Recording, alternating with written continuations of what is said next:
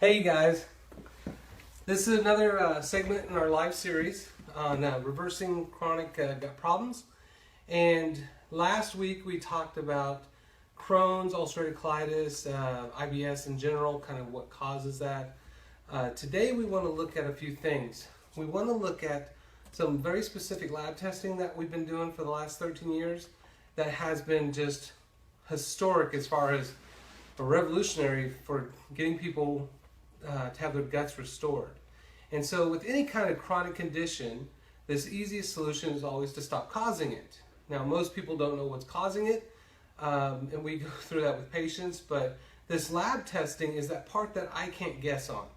So we'll take a look at that, and we'll post we'll post a link to slideshare.net. It's posted.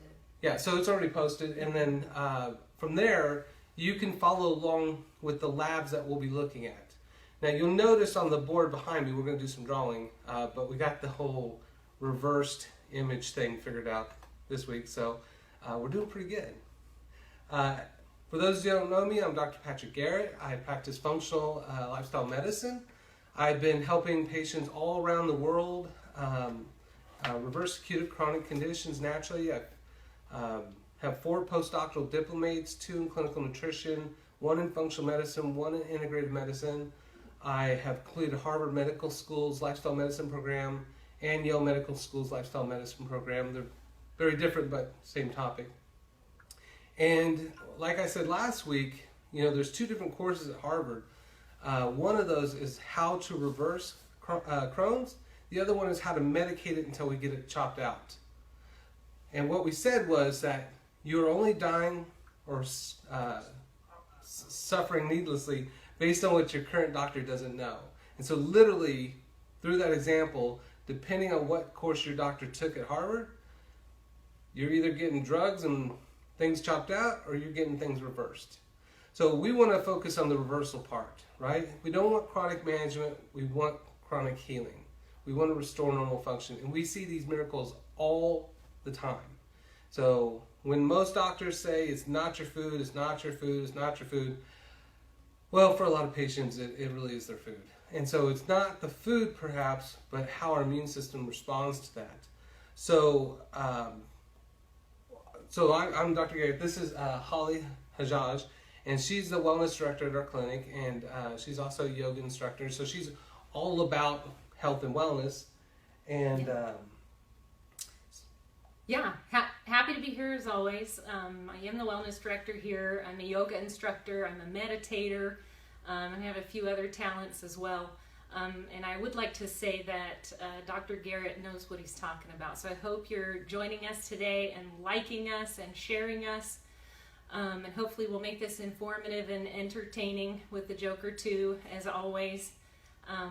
So take it away. All right. So this is our live webinar. I think it's like the 6th or 7th that we've done, I think. Yeah. And so the whole goal is just to help kind of bring forth this knowledge, educate you guys, and really the cheapest healthcare that you can ever have is preventing the disease. So even if you're in the most acute stages, just stop causing it. So if you download the slides, you can go through those labs with us. The one thing that we talked about before was this thing called T-cell dysregulation. It's a kind of interesting term, and we'll draw it out and explain it, but a lot of times when people have Crohn's, ulcerative colitis, proctitis, just like any other of those kind of chronic inflammatory diseases, if you ask your doc, usually they'll say, well, we just don't know what causes these things. If you go to the immunologist or the gastroenterologist, they'll usually say the same thing. But if you keep pressing and pressing and pressing, what you get down to is finally something called T-cell dysregulation. And that's really the core of pretty much all of autoimmune disease. And when we looked at, I'll draw a few things here. When we look at pretty much any chronic disease, what's interesting is if you have a timeline from the amount of people that have it versus the year, so like 2016 is here, almost all disease in general does this. It was either very rare or even non-existent, like type 2 diabetes, new thing. Type 3 diabetes, 2010, that's a really new thing. Fibromyalgia, chronic fatigue, all new things. So when we make a change, and it's usually some chemical that we add to the environment that we created, usually from petroleum, or it's some way that we process food, we see a sudden change in health. And so we'll see a certain disease skyrocket and become an epidemic. And then because we don't do anything to change this, we just keep replicating that epidemic. And then, you know, when I went to school, the idea was we've always had these diseases. We've always had Crohn's, always had ulcerative colitis. It's always been epidemic. But that is not true. Eczema, fibromyalgia, asthma, all those kind of things, it hasn't always been epidemic. This is what we want to go back to, is this time. And the way that we get back to that is we address this part. If you look at the longest living, happiest populations on Earth, they're called the blue zones. And, you know, they're not doing anything gimmicky. They just have a lifestyle that's consistent with life and longevity. In America, we eat and drink things that are banned in most countries. In fact, I like this example of when I go to Wichita Mountains, go climbing with the kids. They have a prairie dog village there. And in the prairie dog village, they have a sign up that says, do not feed your processed food to the groundhogs, prairie dogs, because it destroys their immune system and they will die. So I love that, because what they're saying is, hey, that crap you're feeding your family, it's going to kill these animals like it's killing you, but we care about these prairie dogs. So let your kids eat that stuff, you eat that stuff, you get chronically sick, you get on medications, but we're not going to do that to these prairie dogs. They deserve higher quality of life. So that's all we do. We cause these things, and we keep causing these things because we keep doing the same things. Einstein's definition of insanity, do you know that one? Yeah, I couldn't repeat it, but I know what you're talking about. Is when you keep doing the same thing over and over without changing it. Right, and then you expect different results. Right. So I'm going to keep eating things that are banned in other countries, and then be surprised that I'm sick. Yeah. It's not. It's from our standpoint, it's a no-brainer. So this is what the thing is, and if you look at what this year is when this became epidemic, it's about 1950. And so years ago, maybe like 2007, 2009, I actually taught a functional medicine diplomate program out in Colorado, and every month we talk about a subject. And we'd always get the same kind of reply, which is, it's always been epidemic. It's always been like this. But it hasn't. And so I'd give them homework. Okay, plot this out and tell me what it shows. And then the next day in class, that's exactly what you saw. It was very rare, and then we changed something, it became epidemic. So the good practitioner isn't going to say, well, let's see if we can chronically cause this and then chronically supplement this, or chronically medicate this, or just cut things out. It's the good practitioner is going to say, what are we doing to cause this? Okay, so that's the epidemic part. Can I jump in right quick? Yeah, absolutely. Hi, Jason, and hi, Will. A couple of people who joined us and are watching here tonight. Please add your questions at any time, and I'll try to interrupt the doc and get those answered. Yeah. And Holly has some really great questions if you guys don't ask these ones, but this is, part of the testing is there's a lot of questions towards that, but the other part is what do you do after the testing? Yeah. And so lots of questions on that, because that's when things get... It's basically eat dirt and... It's the dirt rock diet program. So, in your immune system, your whole immune system has been around for hundreds of thousands of years, if not millions, and it has consistently kept your people alive, and the ones who didn't take care of their immune system, they all died, right? So then our lineages survive.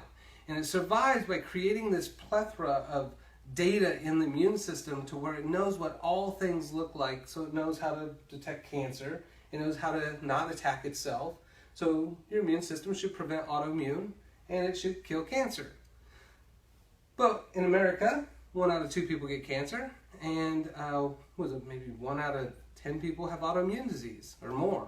Can the immune system actually prevent cancer? That's exactly what it does. Okay. Absolutely. Okay. And cancer used to be 1 in 8,000. I thought it was just a given that if you were going to get it, you were going to get it. No. So a lot of people say it's genetic, but again, only 1% of stuff is really genetic. Yeah.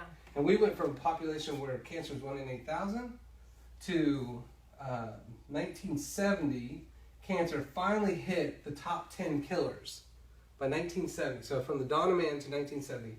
And then it went from 1 and 2 in 2010 to the expectations now for Americans born after 2010. The risk went from 1 in 8,000 to now it's 1 in 1. Wow. That if you eat like an American, drink like an American, stress out like an American, deplete your immune system like an American, you should all get cancer. And that's exactly, I mean, it's like almost a how-to book with what we do. So either listen to you or move to Antarctica for that as a solution. Yeah. Or nearly any other country in the world because they all have almost all dramatically lower diseases than we do. So with the immune system, one of the big parts of this is what's called T cell. And you heard me just a little bit ago talk about T cell dysregulation. So basically T cells not doing its job very well. And T cells have this little reader, so they don't have eyeballs, but they think like Braille, right? And if you have a virus, now this is not by any means accurate as far as what that looks like, but if this is let's say this is Klebsiella pneumonia, which is bacteria. Walking pneumonia, someone coughed on you, we've all pretty much been exposed to this thing. And this is how the immune system is supposed to work. The T cell looks at that antigen, which everything has an antigen, everything living. So then this little, based on my catalog from hundreds of thousands of years, is this supposed to be here or not supposed to be here? And when it's an antigen, it's not supposed to be there, right? No, even good stuff has antigens. Okay. Everything has antigens. Okay. Yeah. Okay. That's prejudging antigens. I'm assuming they're all bad. Right. That's antigenism. Okay. So your antigens are those markers. Think of like Social Security cards. Social Security cards. There's bad guys with Social Security cards. There's good guys with Social Security cards. So T cell looks at that and says, "Hey, you're a bad guy. T cells like neighborhood watch, right? They don't have guns. They got a flashlight, so he can't do anything. So he has to call B cells, and B cells are like cops. That's a lot of E's in there. If I misspell something, it's okay because I'm from Texas. So go Cowboys. No, it's not okay. No, that's not all right. So B cells, they're like cops, and so with the cops, they can actually do something. So they start shooting off these antibodies. And these antibodies look like little Ys, and they're very specific to each antigen. So this antibody will only attach to this antigen. And so what happens, we'll draw this maybe over here. So what happens is this specific antigen gets attacked by all these antibodies. Hi, Rachel. And at that point, it's all covered. There's nothing it can do. So it's the way that kind of inactivates viruses, bacteria, fungus, yeast, all that stuff. And then you have a cell that comes over here and eats that. And that is called a macrophage. And we have to call it a macrophage because last time we said if we call it its real name, not the Latin name, it just means big eater. So nobody's going to trust an immunologist that's like, your big eater cells eat the... they're not going to do that. Unless they live in Texas. It sounds really scientific when you say it like that. The big eater cell eats them. Yeah. So that's what happens. And then you have an antigen that comes down here, an antibody, comes down here, and it hits a cell called mast cell. And then mast cells dump out a ton of histamines. And those histamines then cause lots of inflammation, just general inflammation. And in this scenario, that's really good because it'll dilate your blood vessels and then your immune system can get through the wall and it can go fight infections and it's awesome, right? And after all this is done, you create T memory cells and B memory cells. Now the B memory cells and T memory cells now are more advanced. Because before, where you had to read the social security card, so it's kind of like, you go through check, what do they call it, TSA, right? And they have to screen you and they look at all your stuff. Well, when you have a memory cell, it's like a wanted poster. So the cop's sitting there with his gun, waiting for you, and you have a more immediate reaction. So that means the next time somebody coughs on you, you don't have to go through that process of reading it. You just immediately respond to it. And this is why vaccines work in general. Now, all the toxic, neurotoxic crap in there, that's not good. But that's the process right there. So, that's not T-cell dysregulation, that's T-cell regulation. That's good. If that was cancer, it'd kill it. If it was self-tissue, it wouldn't hurt it. But then we have other antigens, say from gliadin, that may look very similar in part of it. So they'll have sequences that maybe look pretty darn close. And so if your immune system, just like you looking at this, you say, no, that's not the same thing. So a healthy immune system, no problems. But if you have a suppressed immune system, it might look at both these and try to find the commonality and go, yeah, pretty good, right? And the body's immune system is designed to keep you alive, which means when in doubt, attack. So now when this person eats bread and they break that bread down into the gliadin protein, the antigen from those have similar parts. And if the immune system misidentifies that and attacks it, it's what's called molecular mimicry. And essentially what that is if I suppress my immune system, neighborhood watch, and they're our watchdogs, right? And if I take off my glasses, well, suddenly I can't see details very well. And so I might look and be like, oh, that gliadin, that looks like that guy that was snooping around the neighborhood. So now I'm going to call the cops on that guy, and then we're going to have a problem here because gliadin is not bacteria. Yeah. So that molecular mimicry means suppressed immune system. And in the U.S., there's 3 things that we have to worry about for suppressed immune system. The first thing is what? Do you know? No, I don't know. That's the we don't know. No, that's every other doctor's answer. Okay, so sugar. Sugar, I did know that. So we consume a lot of sugar in the U.S. And a lot of times it's not even in the name sugar. Like maltodextrin is sugar plus sugar plus sugar. So it's actually triple sugar in there. So someone that eats Cheetos is eating 7 different names or forms of sugar in there, but they only list sugars once, right? So, and as a population, in 1910, we consumed 10 pounds of sugar in a whole year. And guess what? That was like out of control. We started seeing people gain weight. It was insane. Fast forward to 1959, we were consuming 150 pounds of sugar a year. 150 pounds, and we created a sugar storage disease that year called diabetes. That's right. Diabetes. What's that dude's name? That old guy in the commercial? Diabetes. So the diabetes was caused by eating way too much sugar, right? That's an insane amount of sugar. And then today, we eat about 160 pounds of sugar a year. 160 pounds. So, 1 teaspoon of sugar, or 1 Jolly Rancher, is enough to suppress your immune system, or suppress his ability to look at that and accurately say, yeah, that's not bad, for 30 minutes. 30 minutes it suppresses it. 30 minutes. So think about that candy on the desk of your coworker, and you just get a little one here and there. It's always suppressing the immune system. Yeah. Now, 1 soda is 16 teaspoons of sugar. 16 teaspoons of sugar in a 12-ounce soda.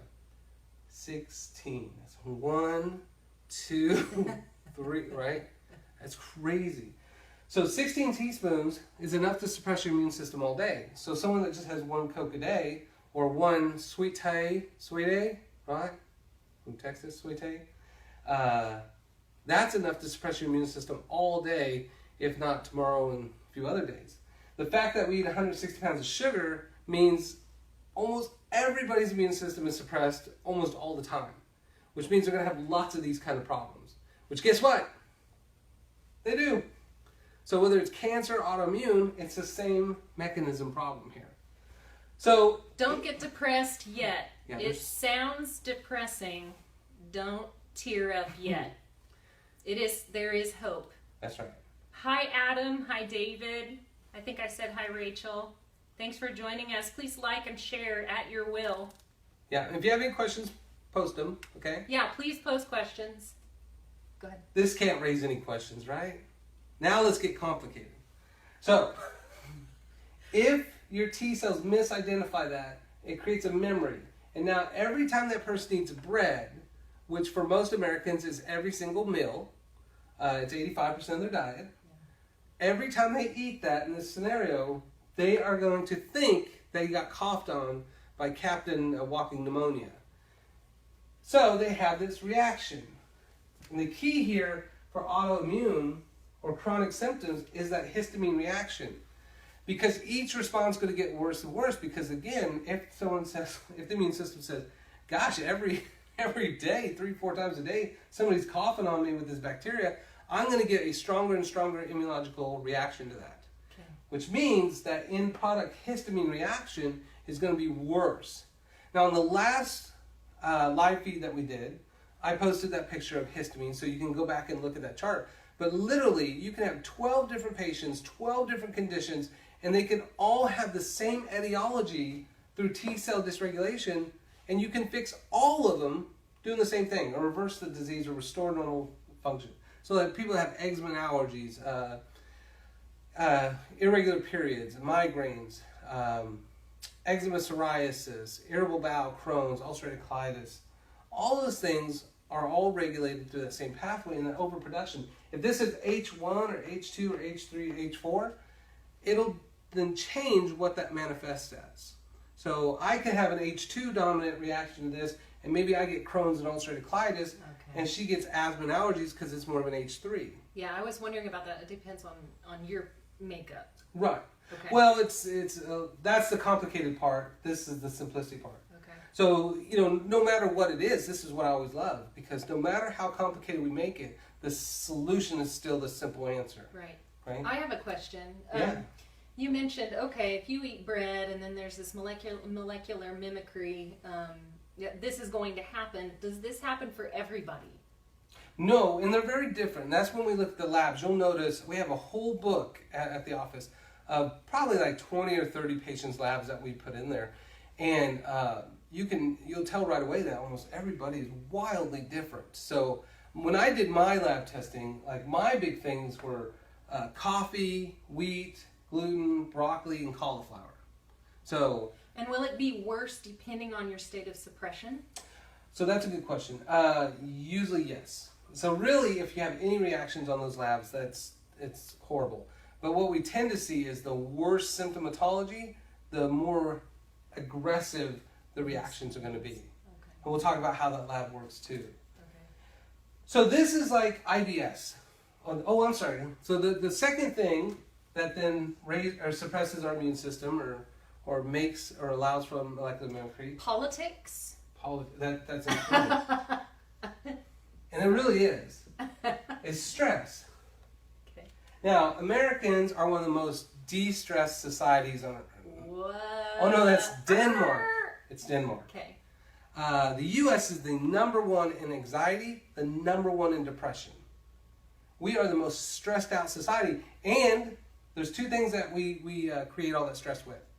One is where the politics fit in, which is fear.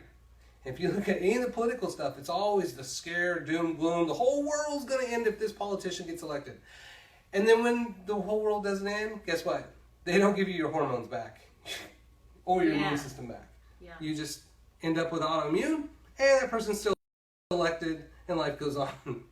So you don't want to have your gut removed because someone got elected because you bought into all that fear. Fear, and the other thing is inadequacy. And in the U.S., we are constantly sold this idea that we are not good enough. We're missing something. And that's great for a society that for profit, because hey, you can go buy your happiness. Right. Except it's... According to the capitalists. Yeah. But you never get happy from that, right? Although Daniel Tosh, Yeah. he said, money doesn't buy happiness. And he said, no, that's not true. You ever seen a sad person on a jet ski? Try to even frown riding a jet ski. So, maybe. So stress is huge in America. Stress is astronomical. I mean, we are this far ahead of all these other countries around the world. So we do that completely wrong. And your liver has a process called gluconeogenesis. And what that means is creating sugar. And if you're trying to, there's a lion around the corner, your liver will jack up your blood sugar.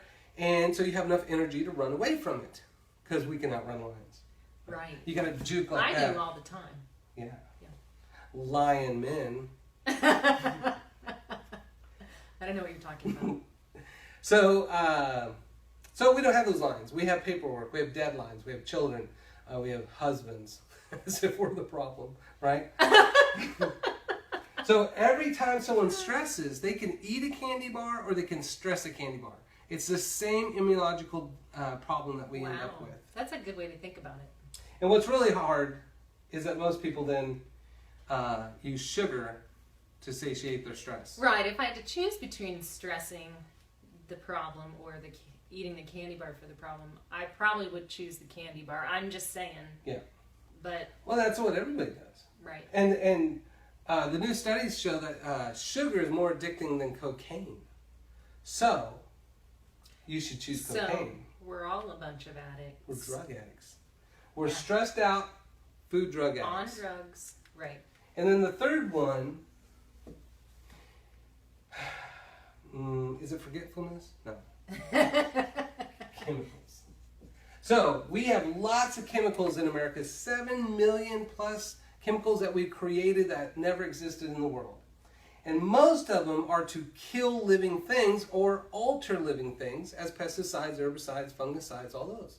The only problem with that is that we all share the same physiology. So if I use a chemical to suppress the immune system or the biological function of a plant, so I can spray a pesticide on there, that's genetically modified. But if we use a chemical as a pesticide to do that to the plants or bugs, we share that same biochemistry, which means we suffer the same problems. If you sterilize fleas with flea powder, you also sterilize everybody in the house. So we share that because we share basically the same DNA. 90% of all DNA is off in any living species. So the little bit that's on determines what you are. So if I turned off certain genes and turned on others, then I'm a fish. And this is, I think this is the most fascinating thing in the world. Mm-hmm. Soon we'll be like Dr. Moreau's Island, and we can really, create some interesting people. Right. Then we could build a wall, prevent them from getting in. Let's start a controversial conversation, everyone. Okay, so these are the things that suppress the immune system, and once suppressed, they end up causing memory cells. And as long as we keep repeating that and we keep repeating this, we're going to get the same result, which is chronic inflammatory disease. And in this month, we're talking about bowel stuff. Yeah. So at this point, we're talking more like irritable bowel, diarrhea, constipation, not the autoimmune just yet. But if we take this one step further, and we say this antigen is tissue. Let's say it's gut tissue. That's scientific. So, if we say that's gut tissue and we keep suppressing the immune system, because now, after this, you're like, oh, I better go eat a candy bar because this thing's stressing me out. Then we end up with a second molecular mimic, and then now, your immune system creates memory cells that says, every time I eat this bread, I now attack my own tissue. And that is the autoimmune. That's when IBS turns to Crohn's. That's when it turns to ulcerative colitis. That's when it turns to proctitis, those type of things. That's also the same exact mechanism for ankylosing spondylitis, or for eczema, psoriasis, or for lupus, Sjogren's, any of those kind of things. It's all that same basic pathway. So when you can press and press and press and press, or dig deep enough down in research, and you come to that term called T cell dysregulation, that's what they're talking about. We suppress the immune system can't make an accurate decision, it tries to protect you, and ends up killing you in the process. So, we can do something about this. Yeah, go ahead. I was going to make a joke. All right, make the joke. Just talking about killing people, I was just going to say our talks are only positive. That's right. Yeah. Killing people with kindness. Solution. So, the thing that we can fix, because Klebsiella pneumonia, that was exposure a long time ago. We're just staying with the memory cells. That's not an issue anymore. But gliadin is, or whatever food sensitivity is, what are called IgG food sensitivities, or immunoglobulin gamma. If we eliminate this, then we eliminate the intermediate molecular mimic, and suddenly we stop attacking tissue. So this exact mechanism here, if we change this to the annular collagen around knuckles, around your fingers, then we have the classic rheumatoid arthritis. And one of the easiest solutions there is to stop eating the bread, and then your knuckles stop swelling up, and then you reverse rheumatoid arthritis. Now, it's not the same for everybody, but that's a big piece. That's a very simple process. Same thing with ankylosing spondylitis. It's that exact same mechanism. That's what I love, because as complex as we can make this, it's really very simple. So, now what do? So, long term, we're going to deal with this because we want to fix T cells. We want to outlast these by getting rid of these. But how do you know which foods you have sensitivities to? Dun, dun, dun. A test, A test. Dr. G? All right, so we'll do a test. So, there's lots of different tests. Can I also say real quick Yes. that on that stress component, it's not just, I was just thinking about things you can substitute for stress relievers be outside of food.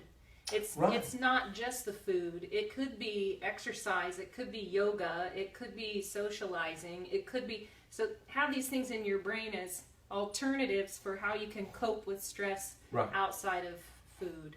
Yeah, and you're exactly right, because you can tell a patient, well, just stop being so stressful. Well, how does that change anything? Right. Right? So you're still married to that same jerk. You're still married, you still have those same kids running around breaking all your stuff. You still have that crappy boss, right? Unless you are the crappy boss.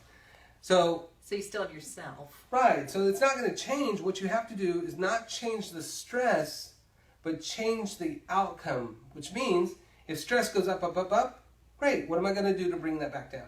And that's exactly what Holly's talking about, which is, hey, if you had a hard day, force yourself to do yoga. Force yourself to do meditation. Force yourself to take a longer route home that's less stressful. Find little tiny ways that then bring down the stress. Right. And that'll also mean you're going to cope less with those sugary, nasty foods too. And that it's like a win-win-win. Listening to our show is also another coping mechanism. Very de-stressing. Okay. So, how do we create the chronic histamines, right, that cause all the gut problems? So we can do a lab test. And the lab test, I'll tell you two different lab tests here. This one we call IgG, or immunoglobulin gamma. Now, most of you guys have probably seen this, but the test you've seen is IgE, or immunoglobulin epsilon. Now, what these look like in immune response is, let's say we have a symptomatic threshold here, and we have a critical threshold there. With IgE, say you're allergic to peanuts or shellfish, as soon as you eat it, your throat swells up and you could die. So IgE is immediate reaction. And we can break this down into days. 1 day, 2 days, 3 days, and then 4 days. So this one's pretty easy one to figure out. You eat a peanut, throat swells up, not hard to figure out. So this is the only one that doctors typically remember from school, even though there's 4 other ones with that. And that's because this is the only one that requires medication, and it's the only one that's life-threatening immediately. But that's only about 3% of issues. What are the other percentages, Dr. G? All right. So what if you had not an IgE reaction, but you had an IgG reaction? So now you eat that peanut, and it might take 3 to 4 days before you end up with a symptom. And that becomes a very confusing process, because I ate an orange today, I have a massive headache, or I have irritable bowel, so it must be the orange. But last time I ate orange, I didn't have irritable bowel. Okay, so I'll keep tracking. Now I ate again, and I ate a taco. Oh my God, I had crazy irritable bowel. It must be tacos. Well, no, 2 days ago I had a taco and I didn't have any problem. And that's the problem is that really, we used to do food logs for these, and it could be days out before you have a reaction. The other complexity to this is that, let's say you eat an orange and it causes a histamine reaction, but not very much. And then you eat an apple and it's enough to then push you over into a symptom. And so then it becomes very complex, because sometimes you eat an orange, no problem. Sometimes you eat an apple, no problem. But if you eat them together, suddenly you have a problem. But it's 2 days later, it's a mess. It was such a mess. Anybody that's done this, you know, holy crap, that's a mess. So what we want to do is basically clean it up. Now with IgE testing, that's where they stick those pins under people's backs, right under the skin. Have you seen that? Mm-hmm. And then that has a high false positive rate, because a lot of those people, you can take your pin and go across their back like that and it'll welt up. Well, it doesn't mean that they have big pin allergies. It means they have a ton of histamines being produced. So that messes things up, because you get a lot of false positives. And half the time they tell you stuff that you can't even stay away from anyway. So, all right, you're allergic to outdoors. Tough luck with that, right? So we want to only do lab tests that really allow us to change people's lives and have a possible outcome that's solvable, right? Yeah. So we do IgG. And what they do in here is very simple. So we do the same thing that we did with that big chart. We put your immune cells in here, like your white blood cells, and then they put an antigen in here from a food. And then they wait several days to see, does your immune system attack that food? So you should have a really low false positive, because we're not checking inflammation in general. We're not talking about if we stick stuff under skin will irritate them.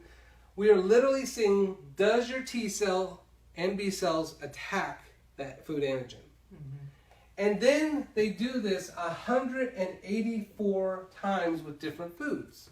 So there's a lot of tests that people do at different places, which becomes a good, again, a frustration. Because if you do like we used to do back in the day, 96, because that was the best you could do.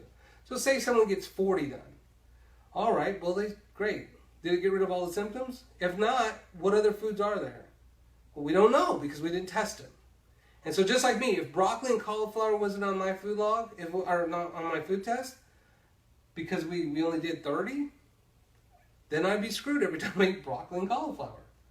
So we want to do the most possible, and we don't want to waste them on things that don't matter. So a lot of labs will waste 20 or 30 of these on, you know, like red dye and stuff like that. And it's just like, well, great, you're not allergic to red dye, which compromises your immune system. It's made from coal tar, which causes cancer, and it decreases your brain neuron growth by 5,000%. So don't eat it anyways, right? Don't eat MSG. Don't eat neurotoxic crap. And so what it gives is this false impression of, hey, I'm not allergic to food coloring, so I should eat food coloring. And so it's a waste. Don't eat food coloring. Let's test actual food. So they wait several days to look at this reaction, and if it reacts, it'll change color, and how dark the color is how strong the reaction is. So you can have a 0, you can have a small reaction, moderate reaction, or a severe reaction. And really, when you look at that, patients will get their labs back, and you'll see on those examples that people are like, oh, it's just a 1, it's not bad. No, if it's 1, your immune system is attacking that food, it's bad. Okay. So what I tell patients, because a lot of times they'll be like, oh my God, I have a 3, so I just cheated on 1s, but I still have gut problems. Yeah, I would have done that. So it's getting stabbed. Getting stabbed 3 times, horrible. It really is bad. Getting stabbed 2 times, pretty horrible. Getting stabbed just 1 time, that's okay. still pretty horrible. So, these are all things your immune system is attacking. We know when they bind, they change that color, so we know that there's a reaction there. So none of these. You want none of these. Don't get stabbed. Yes. Don't get stabbed by your food. Right? This is a prison immunological seminar. So, while most docs will concentrate on IgE, which doesn't do a whole lot for you long term because 97% of the problems are actually delayed sensitivities or IgG problems.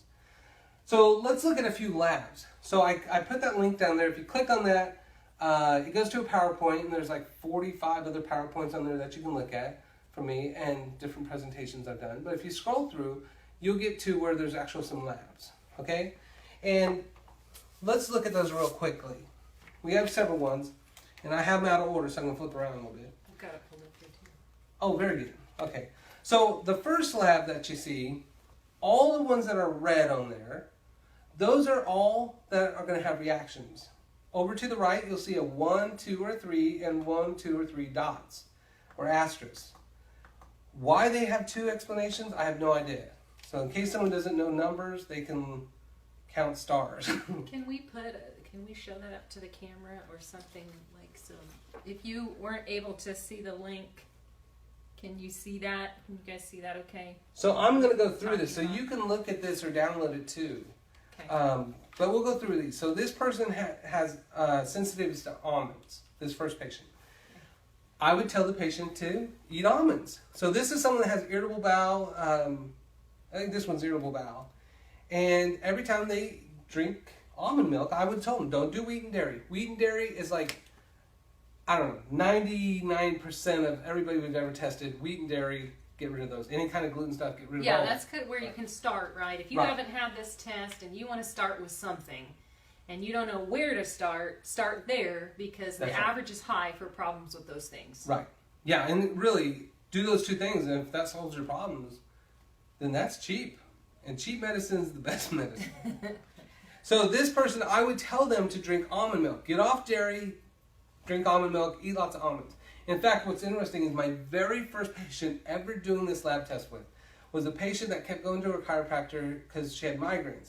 And she kept having migraines, and she kept getting adjusted, and she felt a little bit better, but they would come back. And so he called me and consulted, and he said, well, what do you think? And I said, well, if it's chronic, it's something she's chronically doing, and a lot of times it's just simple food. And so he's done the other stuff, so let's try this thing.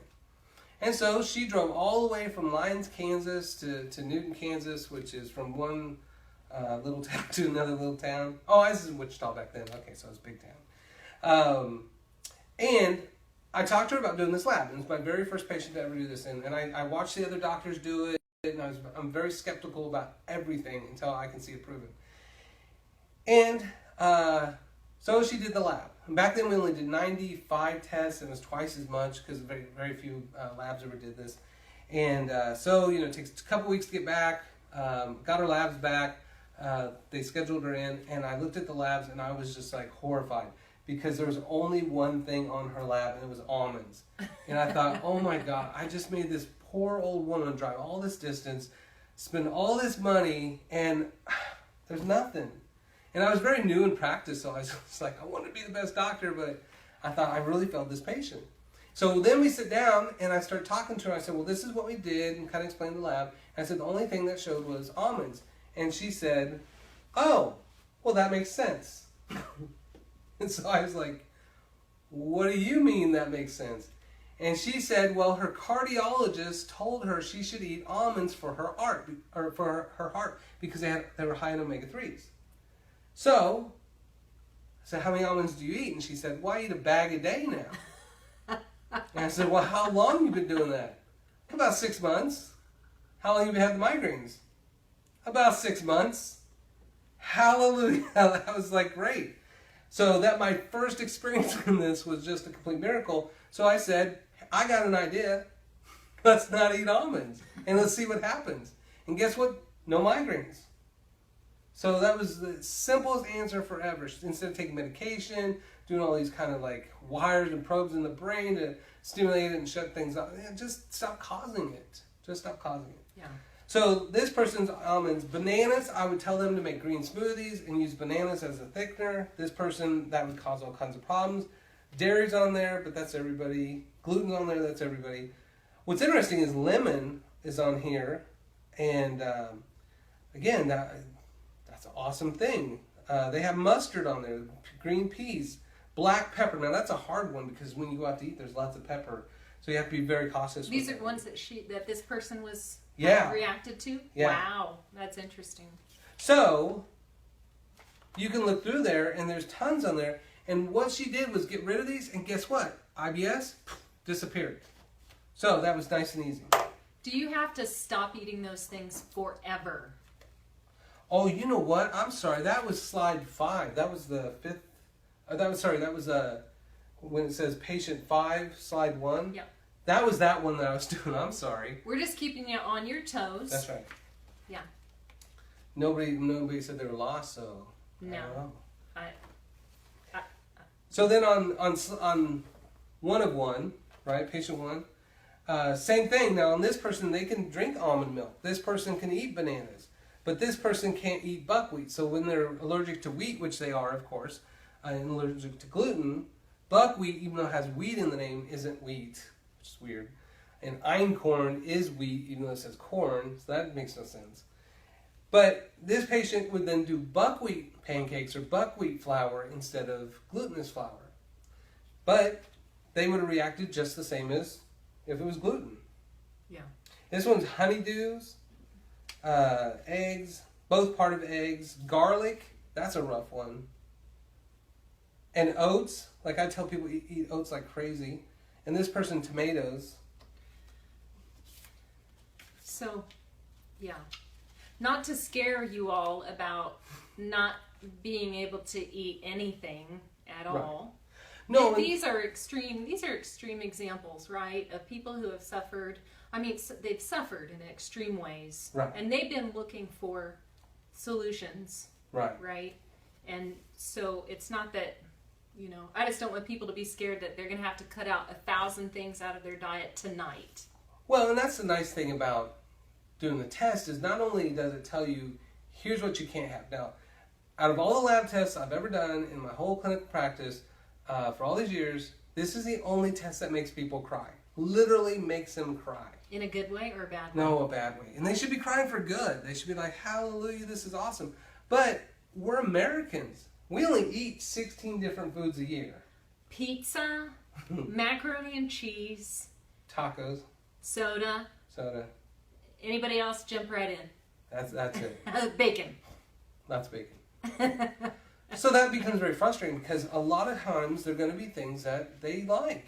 And when you cut out wheat and dairy by itself, but then these other things that are healthy, it becomes very frustrating. Yeah. And so that's the harsh part. When you look at the reds, you're just like, oh my gosh, like patient 2, the whole thing's lit up in red, right? But this is a Crohn's patient. This is what it should look like. If it comes back and it looks like this, I go, yep, that's Crohn's. And so that's good. Like, I get excited. I'm like, this patient's life is going to be changed. Because that means there's something you can do. Right. That means out of all these 184 foods, almost half of them for this patient are causing constant molecular mimicry, histamines, and exacerbating their symptoms. So that means it's like, awesome, stop doing those things, right? If you knew somebody to the test and they're drinking gasoline, they have stomach problems. Yeah, just stop doing that. But what if gasoline tastes so good that you don't want to give it up? Gatorade is gasoline. Gatorade is gasoline. Okay. Soda's gasoline. All those things are made from petroleum. So that's the bad part. Now the other part to this is we actually have a nurse who actually goes through this, and she will write up another report that says, here's all the things you can have. Yeah. And when you look at that list without the stuff you can't, then suddenly it's like, oh, okay, I can do this. Do you see things on average that you just rarely ever see on that report as negative? Yeah. Water. Water.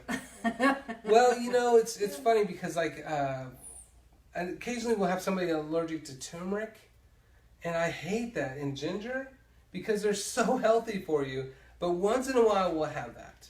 And once in a while we'll have like a lamb or something that's just people aren't eating all the time. Yeah. So, and they say, well, maybe it's a mistake, but really it's just, does that antigen look like the other one? And again, yeah, the mistake is the immune system making a mistake, not really the test. So this brings me back to my question I had earlier. Do you have to stop eating these things forever? No. So the goal is the memory cells that we talked about. You have to outlast the memory cells. So we typically want patients to do this for about 9 months, to stay away from all these things for 9 months in the retest. Now, 9 months to a year is our basic thing. And we'll see people dramatically improve with that. Their symptoms are almost all gone, like every person's just, it's a miracle, but we might see some things still on there that are still lingering. But remember, the long-term cure is not getting rid of these foods. The long-term cure is cutting out the sugar, the stress, and the chemicals. Finding those lifestyle solutions.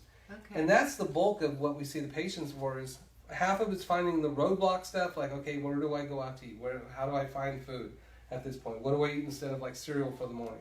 Uh-huh. So half of it's that, or a big chunk of that, and then the other chunk is trying to figure out viable ways to stay away from it, and as you're getting rid of, to stop coping with food for stress. Right, the emotional component. Right, to eat for your hormones, not exhaust your hormones, cut out all the 50 different names for sugar. And really, it's as complex as it might end up being. It's just really stop eating crap. If you eat fruits, vegetables, nuts, seeds, berries, legumes, and greens in mostly whole form with a little bit of cooking, like the rest of the entire planet does, then you don't have to worry about too much. Right.